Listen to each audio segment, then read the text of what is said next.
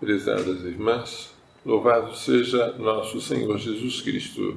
Para sempre seja louvado e nossa Mãe Maria Santíssima. São Paulo vê-se constrangido a apelar para César, em vez de ser julgado pelos seus próprios compatriotas, os judeus. Se ele fosse julgado em Jerusalém, seria certamente condenado, embora fosse inocente. O destino dele seria o mesmo de Jesus. Então, como São Paulo era cidadão romano, ele apelou para o augusto imperador, para César, a fim de ser julgado pessoalmente por ele. Os cidadãos romanos tinham esse direito. E assim, São Paulo ficou detido até que pudesse ser enviado a Roma. Roma é o destino da última viagem narrada pelos Atos dos Apóstolos, em que São Paulo vai, pela prisão, pelo sofrimento, dar testemunho de nosso Senhor Jesus Cristo. Aquilo que sempre São Paulo percebe com tristeza é que os seus irmãos de raça, os judeus, que deveriam ser os primeiros a receberem a palavra, são resistentes, são duros de coração, quiseram a morte de Cristo e agora querem a morte dele. O Evangelho apresenta hoje nosso Senhor perguntando a Simão, filho de Jonas, 3 vezes: Tu me amas? Na primeira vez, a pergunta é um pouco diferente.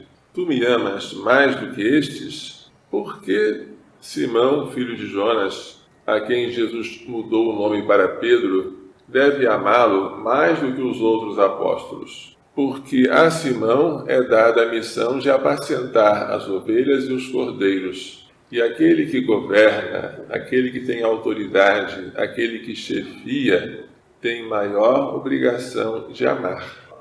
O juízo daquele que tem um cargo de direção será mais severo do que o juízo daqueles que foram dirigidos, porque quem dirige deve amar a Deus por si e pelos outros também. São Pedro repete: Sim, Senhor, tu sabes que eu te amo, por 3 vezes. Na última vez fica triste, porque se lembra que 3 vezes ele havia dito: Não conheço este homem. E Jesus sempre diz: Apacenta minhas ovelhas e apacenta meus cordeiros. Por quê? Porque Jesus, já ressuscitado, vai subir aos céus. E agora, neste exato momento, ele está entregando as chaves a Pedro. Mas Jesus também faz uma profecia. Quando tu eras jovem, tu te cingias e ias para onde querias. Cingir a túnica era aquilo que todos faziam quando iam caminhar. Se você fosse caminhar sem a túnica cingida na altura dos rins, você corria o risco de tropeçar na própria túnica. Mas, amarrando uma corda na cintura, a túnica levantava um pouco e você podia caminhar livremente.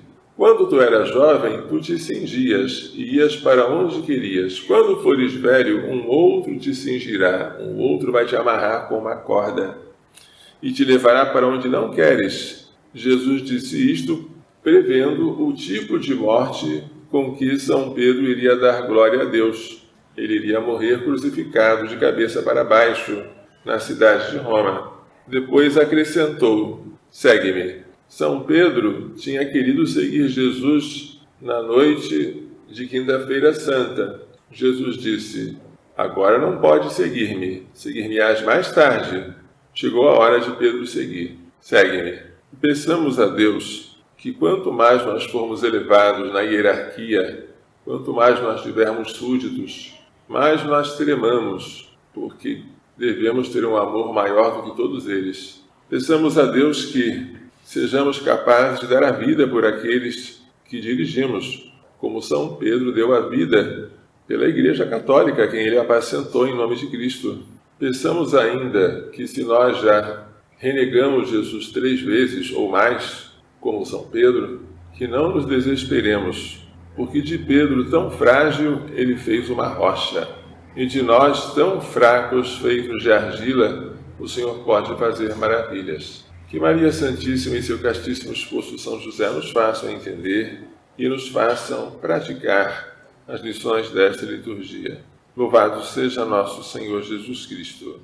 Para sempre seja louvado e nossa